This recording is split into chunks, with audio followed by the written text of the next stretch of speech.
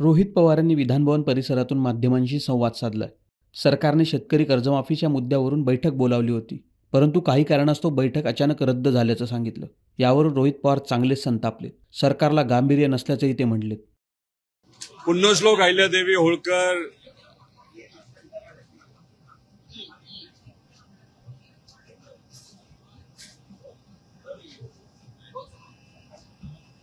पुण्यश्लोक अहिल्यादेवी होळकर शेतकरी कर्जमाफी योजना जी या सरकारने आणली, खरं तर ही कर्जमाफी योजना नसून कर्ज वसुली योजना आहे हे आपल्या सगळ्यांना कळलेलं आहे.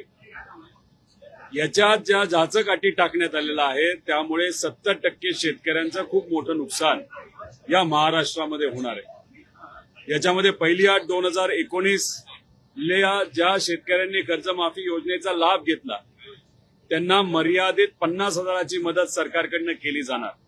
जी आमची मागणी आहे की 2 लाखापर्यंतची मदत त्यांना दिली गेली पाहिजे. आणि रेग्युलर असणारे जे शेतकरी आहेत त्यांना सुद्धा आपण जर बघितलं तर 25, 26, 27, 27 या 2 वर्षाची जी अट टाकली आहे त्याच्यामुळे 1 वर्ष या शेतकऱ्यांना वाढ बघावी लागणार आहे त्यांना 50,000 रुपयाची मदत मिळण्यासाठी. आम्ही यासाठी 2 आंदोलनं केली. त्या दोन्ही आंदोलनामध्ये आपण बघितलं असेल तर गिरीश महाजन साहेबांनी मध्यस्थी करून सरकारबरोबर तुमची चर्चा करू असं सांगितलं. पहिलं आंदोलन झाल्यानंतर ते सुद्धा पंढरपूरच्या पवित्र भूमीमध्ये आमची थट्टा तिथं केली. आणि मग दुसरं आंदोलन जे छत्रपती संभाजीनगरला केलं त्यानंतर आम्ही मुख्यमंत्री साहेबांना भेटलो. या आंदोलनामध्ये अनेक शेतकरी नेते होते. अजित नवले साहेब होते, राजू शेट्टी साहेब होते, जानकर साहेब होते, इतरही सर्व मान्यवर होते. अनेक आमदार, आमच्या पदाधिकाऱ्यांनी आम्हाला सहकार्य केलं, पाठिंबा दिला. काँग्रेसने पाठिंबा तिथं दिला.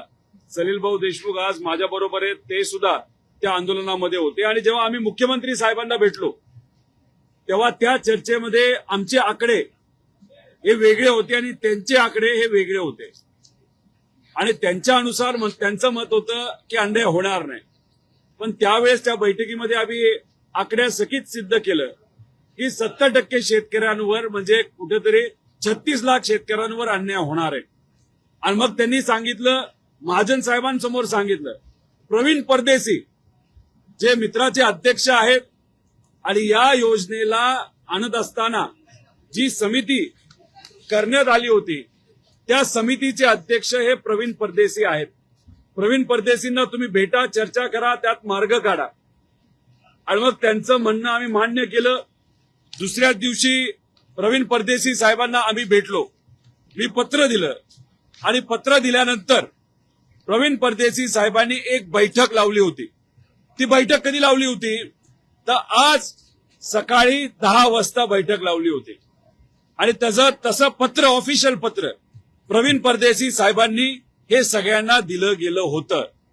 आजच्या बैठकीमध्ये आम्ही सकाळी 10 वाजता मी असेल, बंटी पाटील साहेब असतील, अजितजी नवले साहेब असतील शेतकरी नेते, जानकर साहेब जे सुद्धा शेतकरी नेते आहेत ते तिथे आले होते, संदीप भैया क्षीरसागर असतील, उगले भाऊ असतील, त्याच्याबरोबर खैरे भाऊ असतील, असे अनेक तिथे आमदार हे आले होते, पदाधिकारी आले होते. कुठेतरी चर्चा होईल अशी आमची अपेक्षा होती.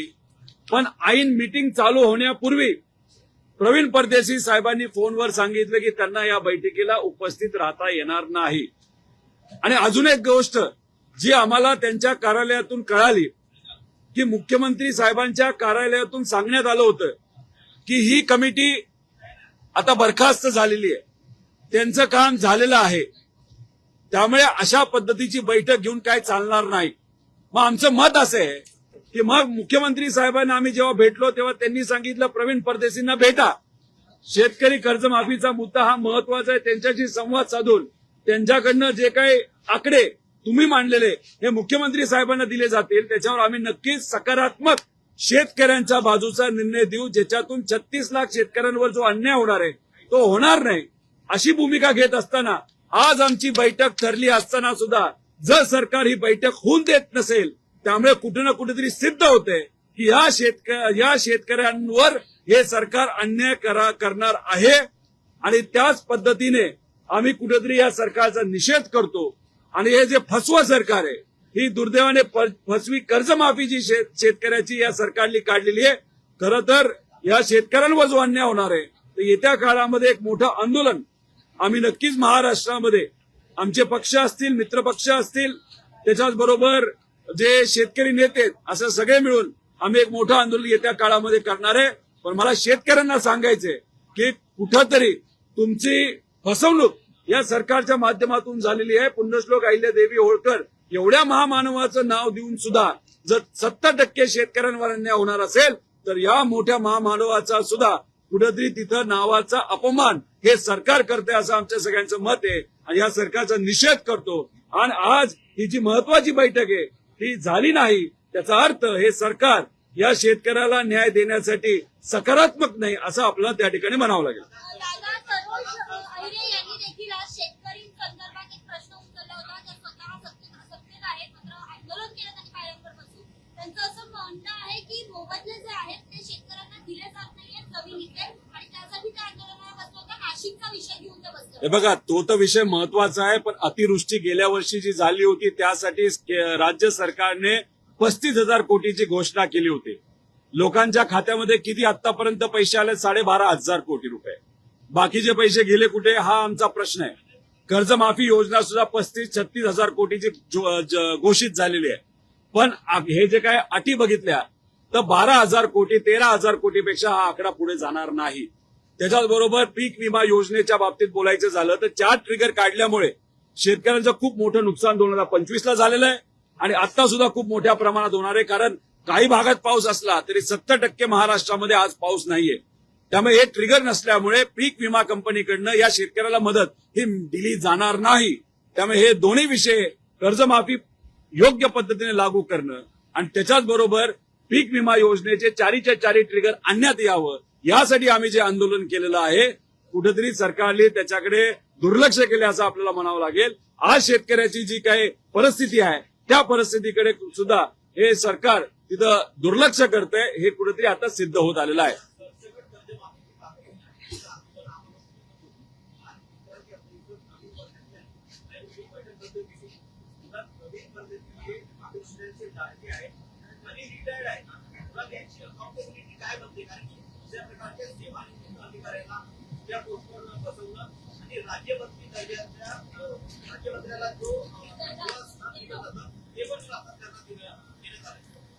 लाडक्या एखाद्या अधिकाऱ्याला जवळ कसं ठेवायचं हे कुठेतरी या सरकारकडनं तिथं आपल्या सगळ्यांना कळतं. प्रवीण परदेशी तसे हुशार अधिकारी नक्कीच आहेत, आम्ही वेगळं काय बोलणार नाही. पण कुठं ना कुठंतरी ते या सरकारच्या बाजूनी या सरकारमध्ये असणाऱ्या नेत्यांच्या बाजूने खास करून मुख्यमंत्री साहेबांच्या बाजूने झुकलेले हे आपल्या सगळ्यांना माहित आहे. त्यामुळे हे जे काही अहवाल आहे हा जर आपण खोलात जाऊन वाचला ते एका बाजूला शेतकऱ्याची खरंच आर्थिक परिस्थिती हलाखीची झाली असं सांगण्यात येतं आणि दुसऱ्या बाजूला सरकारला रेकमेंड करत असताना बऱ्याच त्रुटी याच्यामध्ये त्या ठिकाणी आहे. त्याच्यात अजून एक महत्वाचा मुद्दा असा आहे की कॅबिनेटमध्ये जेव्हा हा विषय चर्चेत येतो तेव्हा या अधिकाऱ्यांकडनं एक नोट सर्क्युलेट करण्यात येते आणि त्या नोटमध्ये असं बोललं जातं की जर आपण सांगितलेल्या अटी 2019च्या आणि रेग्युलर भरणाऱ्या शेतकऱ्याच्या जर त्याच्यात अटी टाकल्या तर आपल्याला जो काय भुर्दंड बसणार आहे सरकारला तो कमी बसेल. म्हणजे त्याचा अर्थ या अटी मुद्दामून टाकण्यात आले जेणेकरून या सरकारला शेतकऱ्याला कमी मदत देता यावी हे सिद्ध झालंय या कॅबिनेटच्या नोटवरनं. त्यामुळे हे सरकार मुद्दामून या शेतकऱ्याला कमी पैसे मिळावेत यासाठी सुद्धा प्रयत्न करत आहेत. त्यामुळे असे जे अधिकारी आहेत ते लोकांची बाजू न घेता जर तिथं फक्त नेत्यांची बाजू घेत असतील आणि एखादी महत्वाची बैठक जी शेतकऱ्यांच्या हितासाठी ते जर कॅन्सल करत असतील तर हे दुर्दैवी आहे आणि शेतकऱ्यांवर अन्यायकारक आहे असं आमचं मत आहे.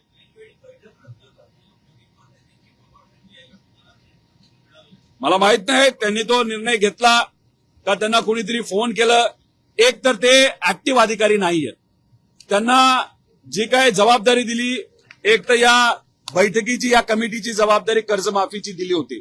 मित्राचे जे अध्यक्ष आहेत आणि फायनान्शियल ऍडवायझर हे मुख्यमंत्र्यांचे आहेत. मला जे कळतंय त्यांनी जे कारण दिले की कुठेतरी लँडस्लाईड झाली म्हणून तिथं ते गेलेत. आता खरं तर जो अधिकारी आज सेवेत नाही तो अधिकारी तिथे जाऊन काय करणार? जे सेवेत त्यांनी तिथं काम करावं ही बैठक करून जर ते त्या ठिकाणी गेले असते, जर ऍक्टिव्ह अधिकारी आहेत ते तिथं अडचण सोडवतील. फक्त बघून उद्या या गोष्टी होऊ नये याच्यासाठी जे काही त्यांचा व्हिजिट होतं ते कदाचित त्यांनी 2 तासानंतर केली असती, नाही तर उद्या केली असती तरी आम्हाला चाललं असतं असं आम्हाला वाटतं. कारण का तिथं ऑलरेडी कलेक्टर आहेत, तिथं एसपी आहेत आणि इतरही विविध जे सीईओ असतील त्याचे IAS अधिकारी आहेत, सगळे तिथं अधिकारी असताना यांना आत्ताच जाणं हे महत्वाचं होतं का? अडचण असेल तर महत्वाचं आहे, पण ऍक्टिव्ह अधिकारी असताना जे रिटायर्ड अधिकारी आहेत ज्यांना वेगळी जबाबदारी त्यांना तिथं जाणं आणि या मिटिंगला दुर्लक्ष करणं म्हणजे कुठे ना कुठेतरी 36 लाख शेतकऱ्यांवर केलेला हा अन्याय आहे असं आमचं मत आहे. विरोधातल्या आमदारांना डावलण्याचा हा प्रकार आहे. आम्ही सर्वजण तिथं होतो. बंटी पाटील साहेब होते, त्याच्याच बरोबर आपण बघितलं असेल जानकर साहेब होते, अजित नवले भाऊ होते, सलील भाऊ देशमुख तिथं होते, उगले भाऊ होते, आमचे मोहोळचे आमदार तिथे होते, त्याच्याच बरोबर इतरही काही अधिकारी तावरे साहेब होते, मित्तल साहेब होते, हे सगळे तिथं होते आणि सुनील भाऊ भुसारा होते. आणि मग आमची तिथं चर्चा होत असताना मग मध्येच हा फोन आला आणि मीटिंग कॅन्सल झाली. मग आम्ही इथं येणं, आम्ही बैठकीला जाणं याच्यामध्ये शेतकऱ्याचं हित होतं. जयंत पाटील साहेब येत होते, पोहोचत होते, आव्हाड साहेब पोहोचणार होते, त्यात त्यांना सांगावं लागलं की मीटिंग ही दुर्दैवाने तिथं कॅन्सल झाली. मग एवढे मोठे नेते आणि आमदार तिथं येण्याचं कारण का? कारण का ही जी योजना जी सरकारने कर्जमाफीची योजना आणलेली ती अन्यायकारक आहे बहुतांश शेतकऱ्यांवर. ती होऊ नये, शेतकऱ्यांचा फायदा व्हावा, त्या अटी काढण्यात यावा यासाठी आम्ही तिथे गेलो आणि आमची थट्टा करण्यात आली. अचानक 5 मिनिटं आधी ही मीटिंग कॅन्सल करण्यात आली. हे खरंच कुठे ना कुठेतरी दुर्दैव आहे. कुठे ना कुठेतरी राज्य सरकारमध्ये असणाऱ्या नेत्यांचं प्रेशर या अधिकाऱ्यांवर असल्यामुळे या अधिकाऱ्यांनी ही बैठक कॅन्सल केली. ही बैठक जर झाली, मिनिट जर झाले तर मग सरकारला त्या सगळ्या गोष्टी स्वीकाराव्या लागतील आणि त्या स्वीकारू नये आणि अधिवेशनात अडचण येऊ नये म्हणून मुद्दामून काही नेत्यांनी त्यांना सांगितलं असावं की ती बैठक कॅन्सल करावी. हे अन्यायकारक आहे असं आमचं मत आहे. आता पुढची तारीख वगैरे काही दिली आहे का? किंवा आणि आता पुढचं पाऊल काय आहे? अरे काय करता? काय लोणचं घालायचं का या सरकारची चर्चा करून करून? 2दा चर्चा झाली, काही फायदा नाही आला. एकदा पवित्र भूमी पंढरपूरमध्ये चर्चा झाली, शब्द दिला, पाळला गेला नाही. म्हणजे देवस्थानाच्या इथं दिलेला शब्द तुम्ही पाळत नसताल म्हणजे काय विचाराचे तुम्ही आहात हे कुठेतरी त्या ठिकाणी सिद्ध होतं. अख्ख्या महाराष्ट्रातला शेतकरी वर्ग, मजूर वर्ग हा विठोबारायाचं दर्शन घेण्यासाठी तिथं जात असतो आणि त्याच भूमीमध्ये तुम्ही आम्हाला फसवता. आम्ही शेतकऱ्याचा मुद्दा घेत असताना दुसऱ्यांदा मोठं आंदोलन आम्ही छत्रपती संभाजीनगरमध्ये केलं, तेव्हा तुम्ही बोलला बैठक करतो. बैठक झाली, बैठकीत सांगण्यात आलं की प्रवीण परदेशींच्या समोर जाऊन तुम्ही हे मुद्दे मांडा आणि प्रवीण परदेशी साहेबांच्या पुढे बैठक लागल्यानंतर आम्हाला सांगण्यात येतं की प्रवीण परदेशी साहेबांचे सगळे अधिकार या विषयाच्या बाबतीत काढण्यात आलेत. मग बैठकीमध्ये आम्हाला का खोटं बोललं गेलं? अरे किती वेळा डोकं फोडायचं या सरकारच्या पुढं विनंती केली आणि आम्हाला राजकारण याच्यात करायचं नाही. त्यामुळे आम्ही बऱ्याच वेळा माघार घेतली, चला चर्चा करू, मार्ग निघाला पाहिजे. सगळ्याच गोष्टीत राजकारण झालं पाहिजे असं नाही. तर मार्ग निघत असेल, शेतकऱ्यांना फायदा होत असेल तर आम्ही नरमायची भूमिका घेतली. पण मला असं वाटतं हे सरकार फसवा सरकार आहे. यांना फक्त शब्दाचा खेळ हे करतात, शब्दात लोकांना अडकवतात आणि त्यात मात्र सगळ्यांची थट्टा करतात असं आपल्याला म्हणावं लागेल. काय झाले की अवकाळी पाऊस आला तेव्हा घोषणा मोठी केली, 35,000 कोटीची घोषणा केली. मदत झाली कुठेतरी 11,000 का 12,000 कोटीची. त्यात त्यांनी सांगितलं पीक विम्याचे 17,000 कोटी येते, आले किती 1,200 कोटी. बाकीचे पैसे कुठे गेले? आणि या योजनेमध्ये सुद्धा तशीच फसवेगिरी त्यांनी केलेली आहे की 35,000-36,000 कोटीची कर्जमाफी दिली असं ते म्हणतात आणि खरं तर आकडे बघितले तर 12,000-13,000 कोटीच्या पुढे हा आकडा तिथं जाणार नाही. आणि हा अहवाल जर बघितला जो अधिवेशनामध्ये आम्ही आज उद्या केव्हा आमचा अंतिम आठवडा प्रस्ताव असेल त्याच्यावर याच्यावर बोलणार आहोत की अतिशय फसवेगिरी या सरकारने या अहवालाच्या माध्यमातून आणि सरकारने घेतलेला निर्णय त्याच्या बाबतीत सुद्धा तिथं केलेला आहे. म्हणजे जे अडचणीत येऊन ज्यांचं कर्ज थकीत झालेले शेतकरी त्यांच्यावर पण अन्याय आहे आणि जे रेग्युलर असणारे शेतकरी त्यांच्यावर सुद्धा अन्याय आहे. हे कुठं ना कुठे अन्यायकारक आहे. मला शेतकऱ्यांना विनंती करायची आहे, आम्ही आमच्या परीने तिथे लढतोय. आता हा लढा तुम्हाला सुद्धा हातामध्ये तिथे घ्यावा लागेल. या सरकारमध्ये असणाऱ्या नेत्यांना तुम्हाला जाब विचारावा लागेल. हा नेता नाही तर ह्यातले नेते जर तुमच्या मतदारसंघात तुमच्या भागात आलेत तर त्यांच्या गाड्या अडवा, त्यांना विनंती करा, त्यांच्याशी चर्चा करा. हा अन्याय तुम्ही का आमच्या शेतकऱ्यांवर केला, हा प्रश्न सामान्य लोकांनी सुद्धा विचारला गेला पाहिजे, असं आमच्या सगळ्याचं मत आहे. सर, गेल्या काही दिवसांपासून तुमचा पक्ष जो आहे तो सत्तेत जाणार अशा संदर्भातल्या चर्चा वारंवार होताना पाहायला मिळत आहे. जयंत पाटील यांनी विनोद तावडे यांची देखील भेट घेतलेली आहे. खरं तर वारंवार तुम्ही स्वतः आंदोलनामध्ये सक्रियपणे सहभागी होताय आणि विरोधी बाकावरची भूमिका मांडताय, तरी देखील राजकीय वर्तुळात मात्र तुमचा पक्ष सत्तेत जाणार अशा संदर्भातल्या चर्चा लागतात. हे बघा, आमच्याकडनं कोणाबरोबरही सत्तेत जाण्याच्या बाबतीतली चर्चा तिथं झालेली नाही. न काँग्रेसमध्ये विलीन होण्याची चर्चा तिथं झालेली आहे.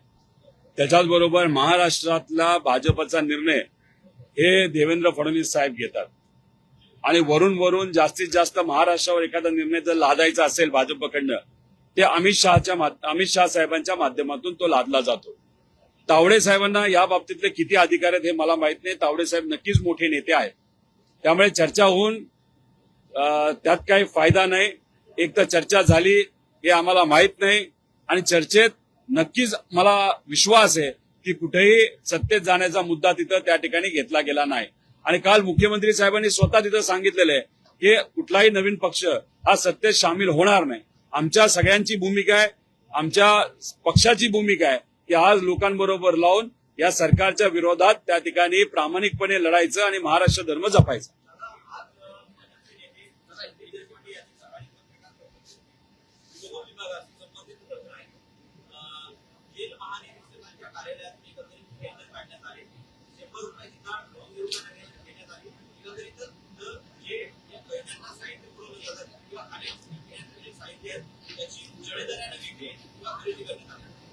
अहो, तुम्हाला काय सांगायचं, इन्फ्रास्ट्रक्चरच्या नावाखाली इतका मोठा भ्रष्टाचार आपल्या या महाराष्ट्रामध्ये चालू आहे. गरिबाचा पैसा टॅक्सच्या माध्यमातून जो आपल्या तिजोरीमध्ये जातो राज्याच्या, त्याचा अक्षरशः भ्रष्टाचारामुळे चिखल झालाय असं आपण म्हणू शकतो. विविध विभागाच्या अंतर्गत सुद्धा जसं तुम्ही सांगितलं की होम डिपार्टमेंटच्या अंतर्गत जेल विभाग येतो, त्या विभागामध्ये सुद्धा खूप मोठ्या प्रमाणात भ्रष्टाचार आहे. विविध विभाग जर आपण बघितले त्याच्यात मोठा भ्रष्टाचार आहे. महिला व बाल विकास या विभागामध्ये भ्रष्टाचार आहे, इतर विभागामध्ये भ्रष्टाचार आहे. त्यामुळे इथं काय चाललंय तर सत्तेत या लोकांना का राहायचंय, कारण त्यातून त्यांना मलिदा मिळतोय, त्यांना त्यातून पैसा मिळतोय. म्हणजे अक्षरशः भ्रष्टाचाराचा कहर या महाराष्ट्रावर त्या ठिकाणी आलेला आहे. आपलं जर कर्ज बघितलं या महाराष्ट्रावर, जे पूर्वी 5 लाख कोटी झालं तरी खूप झालं असं म्हणलं जात होतं, आज आता आपण 11 लाख कोटीच्या आसपास तिथे चाललेलो आहोत. आणि याच्यातून काय केलं जातंय तर मोठे प्रोजेक्ट इन्फ्रास्ट्रक्चरच्या नावावर आणि या विविध योजनेच्या माध्यमातून आणले जातात आणि त्यातून हजारो कोटी रुपयाचा तिथं भ्रष्टाचार होतो. याच्याच बरोबर तुम्हाला माहिती आहे, अयोध्या पवित्र भूमी आहे, तिथं प्रभू श्रीरामांचं जे पवित्र मंदिर बांधण्यात आलं त्यात भ्रष्टाचार झाला. तसंच उज्जैनमध्ये जमीन घोटाळा झाला. तसंच आपल्या या महाराष्ट्रामध्ये जे नाशिकमध्ये जे हे घेतलं जाणार आहे, धार्मिक आपला कार्यक्रम घेतला जाणार आहे, तर त्याच्यामध्ये कुंभमेळा, त्याच्यामध्ये सुद्धा तर हजारो कोटीचा भ्रष्टाचार तिथं झालेला आहे. त्यामुळे देवाच्या नावावर सुद्धा हे पैसे खायला लागलेत, मंदिरातून पैसे खायला लागलेत आणि महाराष्ट्राच्या तिजोरीतून सुद्धा खूप मोठ्या प्रमाणात भ्रष्टाचार आज चालू आहे.